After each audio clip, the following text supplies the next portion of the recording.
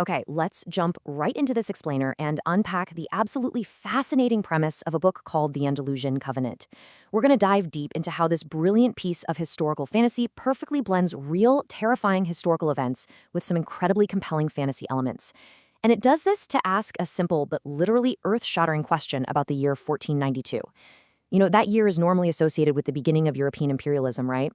But this story, it completely reimagines that so-called discovery of the Americas. It illuminates a radically different kind of outcome, taking us on a journey that fundamentally changes how we view civilization, discovery, and ultimately survival. So, here is how we are going to break it all down today. First, the ultimate historical pivot. 2, real history versus fiction. 3, forging the Andalusian Covenant. 4, a different first contact. 5, building the knowledge network. And finally, 6, rewriting the discovery narrative. Let's get started. Section 1. The ultimate historical pivot.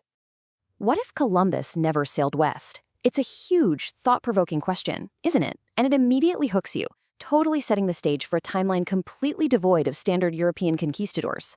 Just take a second and imagine the entire trajectory of the Americas, but completely erase the arrival of galleons seeking gold. Erase the forced conversions, those brutal labor systems, and the catastrophic collapse of indigenous empires at the hands of European military powers. By removing just one single man from the equation, the author opens the door to an entirely new paradigm of human interaction across the Atlantic. So in our real 1492, we know Christopher Columbus successfully secures his funding and sails for Spain, absolutely convinced he's going to find this lucrative new trade route to Asia. But in this fictional timeline, the pivot is incredibly mundane, yet it changes the whole shebang. Columbus dies of a severe tooth infection before his ships ever leave port. Yep, a tooth infection. He becomes nothing more than a forgotten footnote. But hey, the ships are still there, the supplies are still sitting there, so instead of explorers seeking riches, the people who seize those ships and sail west are actually brilliant Jewish and Muslim scholars who are desperately fleeing the Spanish Inquisition.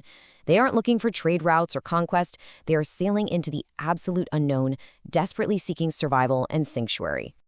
Moving on to Section 2, Real History versus Fiction. Now, to really appreciate the fictional elements of this journey, we have to look at the terrifyingly real historical pressure cooker of the late 15th century. The author brilliantly uses actual factual history to set this narrative in motion. Back in 1485, you have the brutal Siege of Ronda, where Catholic monarchs made these promises of safe surrender, only to violently break them and enslave the survivors. Then fast forward to the bitter winter of 1491. We see the starving siege of Granada, which was the very last Moorish stronghold in Spain. And looming right around the corner, in the spring of 1492, is the impending Alhambra decree, this sweeping royal edict ordering the forced expulsion of all Jews from Spain. It's a desperate, compressing timeline. It literally gives our protagonists zero options on land, basically forcing them to look toward uncharted waters. And here is where the intersection of real mathematics and fictional problem-solving gets genuinely fascinating. Historically, Columbus made a massive, almost fatal mathematical error. He relied on the ancient geographer Ptolemy, which led him to severely underestimate the actual size of the ocean. He essentially thought Japan was sitting right about where the Caribbean is. To put that into perspective, in reality, if a standard crew sailed that expected distance aiming for Asia, they would have literally starved to death in the middle of the ocean. But in our story's timeline, a fictional Jewish astromathematician named Miriam spots this glaring error. She corrects Columbus's phantom math by utilizing far more accurate Byzantine and Islamic astronomical calculations, ensuring this refugee fleet is actually prepared for the true distance. It's a perfect example of how the fantasy seamlessly leverages real historical navigational science. That brings us to Section 3, Forging the Andalusian Covenant. So how did these folks pull this off? Well, survival meant totally abandoning the strict religious and gender boundaries that completely defined 15th century Europe. The expedition was led by a really unique, interwoven coalition. You've got Ismail bringing brilliant Muslim naval strategy, working right alongside Samuel, who's providing the necessary Jewish financing and the underground trade networks to actually secure the ships. Then there's Miriam, bringing advanced astromathematics to keep them alive on the water. Zahra, who is a traumatized but incredibly brilliant survivor of the Siege of Ronda, brings diplomacy and this profound understanding of Catholic conquest tactics. And Ibrahim contributes incredible medical and botanical knowledge. They essentially combine their unique life-saving expertise into one unified front, knowing for sure that if they stayed divided, they would all perish. Now, I want you to picture this. hiding in cold, ancient Roman cisterns deep beneath the besieged city of Granada, literally listening to the artillery thudding above them, this desperate group drafted what they called the Andalusian Covenant. And the crucial point here is that they weren't just plotting a quick escape, they were actively drafting a moral framework for an entirely new society. It was a societal blueprint based on mutual respect, shared authority, and, this is vital, strict rules of non-interference for whoever they might encounter across the sea. They were leaving a world of absolute tyranny and consciously choosing to build something completely different. Their guiding philosophy was profound. It reads, "We carry with us not conquest, but continuity, not domination, but preservation, not subjugation, but cooperation." When you contrast this with something like the real historical requerimiento, which was the Spanish document literally demanding immediate submission from indigenous peoples under threat of war and slavery, the difference is just staggering. These refugees are leaving the old world fiercely determined not to recreate the very hierarchies, inquisitions, and tyrannies that forced them out of their homes in the first place. Section 4. A different first contact. This ideological foundation creates a fundamentally different kind of first contact. Just think about the moment they actually step onto the beach. Traditional Spanish goals, as we know, were rooted heavily in resource extraction, demanding gold, claiming land for some distant monarch, and forced religious conversion. But our Covenant explorers? They arrive basically with open hands. They aren't planting flags. They are seeking refuge. They want to peacefully exchange their knowledge of medicine and agriculture for local wisdom. Their entire operation is focused purely on mutual survival. It completely, utterly rewrites the DNA of the encounter. On to Section 5, Building the Knowledge Network. Now, the book does an absolutely incredible job detailing the deep nuance of the various indigenous empires.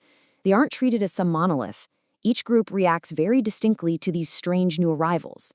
The Taino and the Caribbean immediately offer a welcoming exchange of food and land. Deep in the mountains, the Muisca observe cautiously, kind of testing the Covenant's intentions before they decide to engage in trade. The Inca, recognizing fellow scholars, forge these deep, powerful agricultural and astronomical alliances. Further north, the Timucua align beautifully with the Covenant's respect for female wisdom and leadership. But perhaps most fascinating is the Aztec Empire. They actually reject the Covenant's philosophy of equal exchange because of their own rigid, hierarchical military culture. And the amazing thing? The Covenant peacefully respects the Aztecs' boundaries. When they get rejected, they literally just pack up and sail away. No trickery, no engineered plague, no siege of Tenochtitlan, just respectful distance. So instead of a trail of blood, they build a massive trail of knowledge. First, they establish their main settlement, Almawia, living peacefully alongside the Taino. From there, they dispatch diplomats, scholars and healers, mind you, not soldiers armed with muskets, to various indigenous kingdoms. Finally, they actively exchange their Old World Andalusian astronomy and medicine for New World botanical and agricultural wisdom. Over decades, this blossoms into this massive, interconnected golden age of science and shared knowledge, spanning all the way from the Caribbean islands down into the Andes Mountains. And our final section, 6, Rewriting the Discovery Narrative. Decades later, the story features a stunning, deeply emotional resolution. The expedition eventually reconnects with a radically transformed Spain. In this alternate timeline, Queen Joanna, who is often remembered tragically as Joanna the Mad in our real history, has successfully taken power, stabilized the region, and actively pushed back against the power of the Inquisition. The descendants of the Covenant return, but not as conquerors or bitter exiles. No, they return to share the incredible indigenous knowledge they've gathered, presented right alongside the ancient Andalusian knowledge their ancestors literally saved from the fires of Granada. Spain is finally ready to accept the brilliant minds it once cast out. Now consider the profound irony the author plays with here. In our real timeline, men like Francisco Pizarro and Francisco de Orellana are ruthless conquistadors who violently conquer Peru, destroying priceless artifacts and decimating populations. But in this fictional timeline, because history pivoted, these exact same men are merely assigned to serve as palace guards and diplomats back in Spain. They end up becoming eager, peaceful students taking notes from the visiting Inca delegations.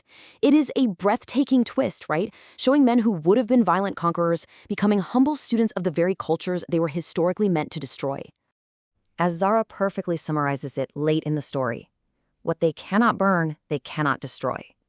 It perfectly cements the ultimate message of this whole thought experiment. By spreading their knowledge across a vast, interconnected network of completely different cultures across an ocean, the refugees ensured that no single empire, no rogue monarch, and no inquisition could ever eradicate it. Freely distributed knowledge, shared openly between diverse peoples, is the absolute ultimate defense against tyranny. We'll wrap up this explainer with a provocative question for you to consider.